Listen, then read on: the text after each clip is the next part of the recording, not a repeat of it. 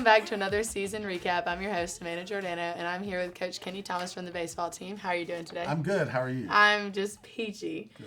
So, can you talk about a couple highlights from this season? Well, I thought several guys had great years. It was kind of one of those years where some guys were up and down. Our team was up and down a little bit from time to time, but I was very proud of Christian Aragon. Started out kind of slow. Even one weekend we took him out of starting rotation, but he ended up coming on really strong, and he was 9-1 at the end of the year, made all conference, and so I thought that was a real highlight. Brian Pereira moving back behind the plate, which we had to do last year. We didn't have plans on doing that this year, but him going back there and catching extremely well for us, I thought that was a real highlight of the season. And finishing 22-8 in the Peach Belt. And as we all know, most years that wins the Peach Belt. Most Peach Belt head coaches would tell you in baseball that if you can go 20-10, you're going to win it.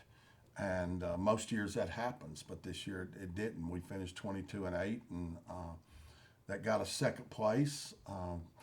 I thought overall our guys really, the weekends we played really, really well, and that's because we pitched well with Mitch Spence and Aragon and Zach Rayfuse. And down the stretch, I don't think anybody wanted to face those three guys because it was pretty dominating on the mound. So that was a real highlight for us. Jose Bonilla, he was a highlight. Again, had a great year, and so there was some big moments. I think you could probably go way back to the first weekend of the conference season when we were playing Francis Marion. I think it was third or fourth weekend of February, and we're down 1 run in the ninth, and I took a wild chance on pinch hitting a freshman sitting over there that it only had one college at bat, and Brady O'Neill stepped up there and hit a home run, and from that moment on, Brady got more and more involved, and by the end of the year, he was our DH. So that might have been one of the biggest highlights. So, going back to Mitch Spence, he was originally a closer, and you made the decision to have him start. So tell us a little bit about that and your decision. Well, last year as a freshman, we tried to close him, and sometimes it worked good and sometimes it didn't. We came out of fall practice with the idea of Spence being a starter, but we went into the first weekend of the season thinking we needed him out of the pen, and that lasted 2 or 3 weekends, and then we realized, hey, we need to start him, and so he was our second Saturday starter, and then we realized, hey, we need to pair him up against the number ones, and because we were seeing some really good number ones in the Peach Belt this year. Everybody had a number one. I mean, look who we had to face with Young Harris down there in the conference tournament last week. I mean, Young Harris finished 7th in the conference, and we get rewarded by getting second place to have to face Livingston on the first game of the conference tournament, who arguably was one of the best, maybe the best pitcher in the conference. And everybody had one of those. Everybody. Georgia College had they all had one, and so we decided, hey, Spence is our number one. Let's run him in there against him, and it kind of it worked good because Aragon become our Saturday guy, and we could stretch Spence and Aragon out a little bit, which left us a better bullpen for Sunday. So, but Mitchell Spence did a great job. Did he deserve all conference? Probably. Christian Aragon got all conference. Did he deserve it? No doubt. 9-1. You got to make all conference when you're 9-1. So I was very proud of those guys. So you also had Rayfuse, who was new this year. You brought him in to pitch also. So give us a little bit of insight. It's a funny story about Zach. He was a two-way player in junior college. He played outfield, and he didn't pitch that much. He would pitch some in relief and different things like that, but he played outfield. So when we recruited him, we told him we wanted him to be a straight pitcher. And so he pitched actually more this year than he's ever pitched in his life, in his career. And, after the last game the other day, I said, man, you probably need a little bit of rest. So he's going to take about 4 weeks off without throwing and then start back. But, he was pretty good. I mean, we had him throwing on Friday nights, and he was matched up against the number ones. And, he was doing a good job. We just thought it was better to, he was struggling in getting into the 8th inning, 7th and 8th inning, because he just never had pitched that much. Right. So we thought better putting him on Sunday, where we extend those 2 guys on Friday and Saturday. That gave us more bullpen on Sunday to help Zach out. So I thought he pitched real. The amazing thing about Zach Rayfuse is he'll go out there and he'll get in a jam. And all of a sudden, and I keep telling him this all the time, all of a sudden he shifts his gear. And it's like the other night when we were playing Catawba. I brought him in, he's throwing 94 miles an hour. He shifts his gear when he gets in trouble and gets out of it. Mm-hmm. He did that down there in the conference tournament the other day, last week against Flagler. I mean, he first 2 innings, I thought I was going to have to get him out. And but both innings he would get in trouble. He'd have men on base, and he would shift this gear and start a whole nother level of pitching. And they couldn't hit. He'd get out of it. And he ends up throwing 8 innings and did really well. But like I've told him, we need to shift that gear when we come from the bullpen after warming up. Let's shift that gear and don't get into them jams.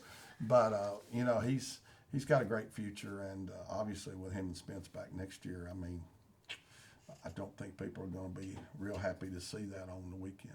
It's very exciting for us. Very exciting. So you've touched on Christian Aragon a good bit. He had a great season, so tell us a little bit more about that. Well, again, he started out a little slow, which was a little scary for us. Early, he just didn't have his good stuff, and that was a little scary for us. And but I thought the way he came on, I mean, he somewhere about the third of the season, he just started clicking. And man, that game he pitched last week down there against Columbus State, I mean, you got to realize we'd already beat Columbus State 3 times. Mm-hmm. Columbus State didn't lose but 12 games this year. 4 of them was to us. But they'd lost. We'd beat them 3 times. Beating them a 4th time is going to be really difficult. And Aragon went out there, and I mean, it was hot.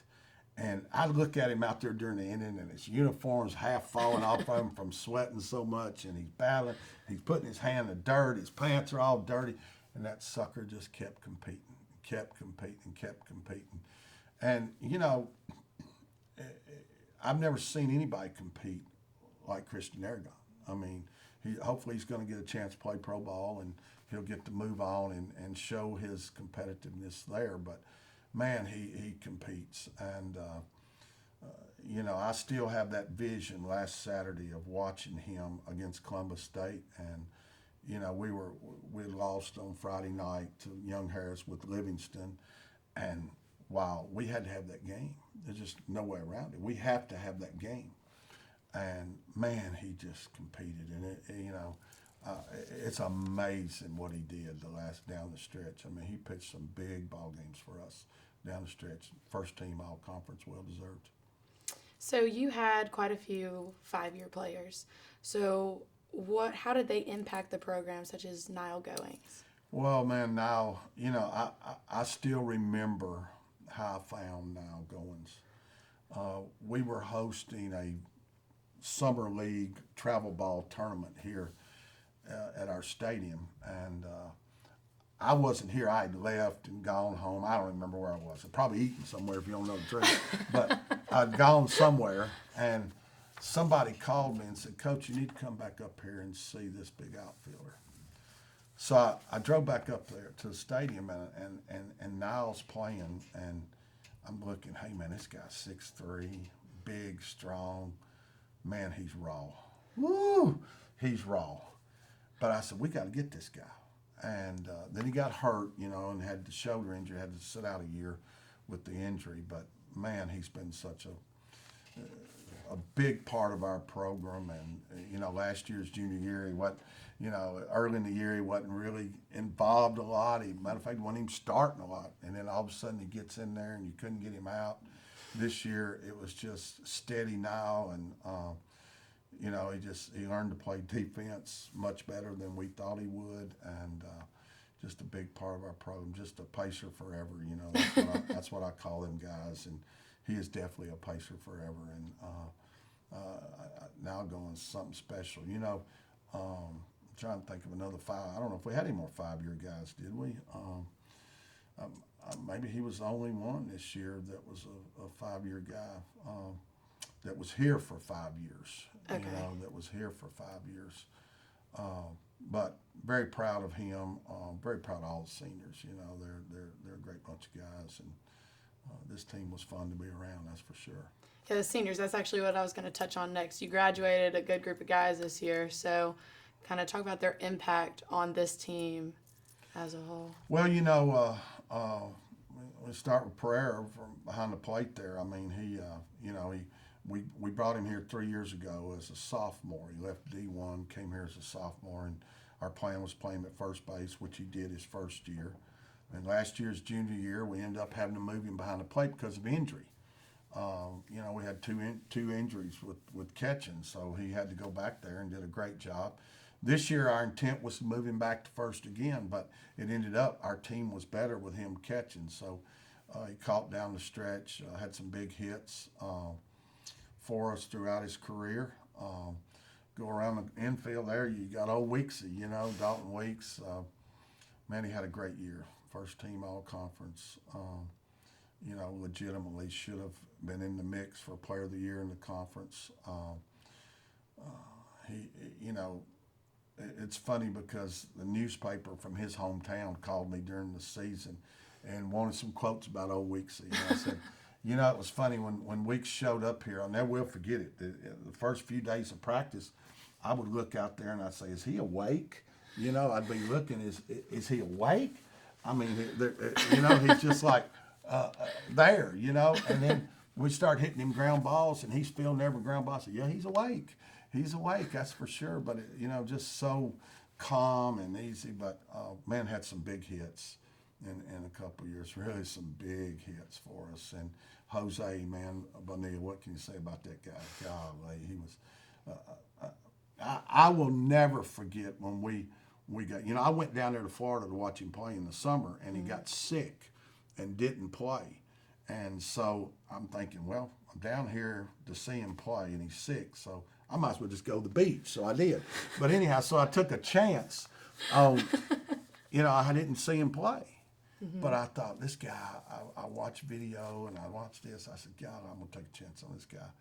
And good thing I did, man. What a catalyst type player. I mean, I wish I had me a Jose Bonilla every year because he makes things happen. And I hope he gets a chance to play pro ball. I hope so. He deserves it, and what a great guy he's been. And all them seniors down there in the pen, we had Jamie Moreland and Freddie Beeman. Freddie Beeman, we converted him to a pitcher, and man, he did it was outstanding job. And of course Niall, it's old steady Niall, and it's just a good bunch of guys that I'll remember forever. Jordan Brown was the one that didn't, had the hard luck for. He's a 5-year guy. There's the other 5-year guy, Jordan Brown. He was the hard luck guy.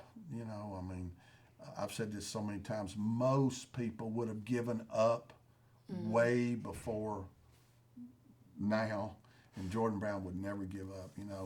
Most people don't know this. Out of high school, his junior year, he was heavily recruited. I mean, he was headed to Auburn, and he was heavily recruited. And he had an injury, and Auburn pulled the plug, and we signed him, and he was just had injuries his whole career, and it was just a freak thing. But most people would have given up, right? But he never did, and he was such a big part of our team, and so very proud of him too. So you have quite a few returners coming back, in some places a little bit younger than others. What are your expectations for them coming into next season? Well, offensively, obviously, we're losing some guys that were a big part of our offense. We have Durden back. We'll have Joey Smithers back, and Brady O'Neill played a lot. We'll have him back, and Chandler Rogers will be back. Phil Watcher. So we got a lot of guys back. But we do lose a couple of big bats. Hopefully we have replaced those. But the biggest thing is you just look down there when you step out of our dugout, turn your head left and look down there in that corner where there's a little mound down there, it's called the bullpen. And just casually look down there and see what we have coming back. We've signed a couple of big time pitchers too, but look what we have coming back. Like I said a while ago, I don't think people are going to be happy about seeing Mitchell Spence and Zach Rayfuse walk out there. But what about Daniel Wiggins? Go back to the first question about highlights of the season. Do you realize Daniel Wiggins threw less than 3 innings as a freshman for us? Wow. This year, unbelievable. Arguably the best reliever in the Peach Belt this year. He really, so we'll have to make a tough decision. Are we going to move him to a starter like we did Spence, or are we going to leave him? He's so valuable out of that pen. But, I mean, we got all those guys back. We got Schiff back. We got Yarborough back. It just goes on and on. I mean, it's going to be very interesting coming out of that pen. And so, I said this year that's how we need to win is our pitching. That's next year it's even more because when you stop and look at it, yes, we lose Aragon, but look what everything else we have coming back. Right. It's amazing. It's amazing. So we will build the team around that pitching staff next year. That's for sure. Well, I'm very excited to see y'all play next season. Best of luck, and thank you so much for your time. And join us next time for another season recap. Oh, but you still amaze me. Yeah, but I'm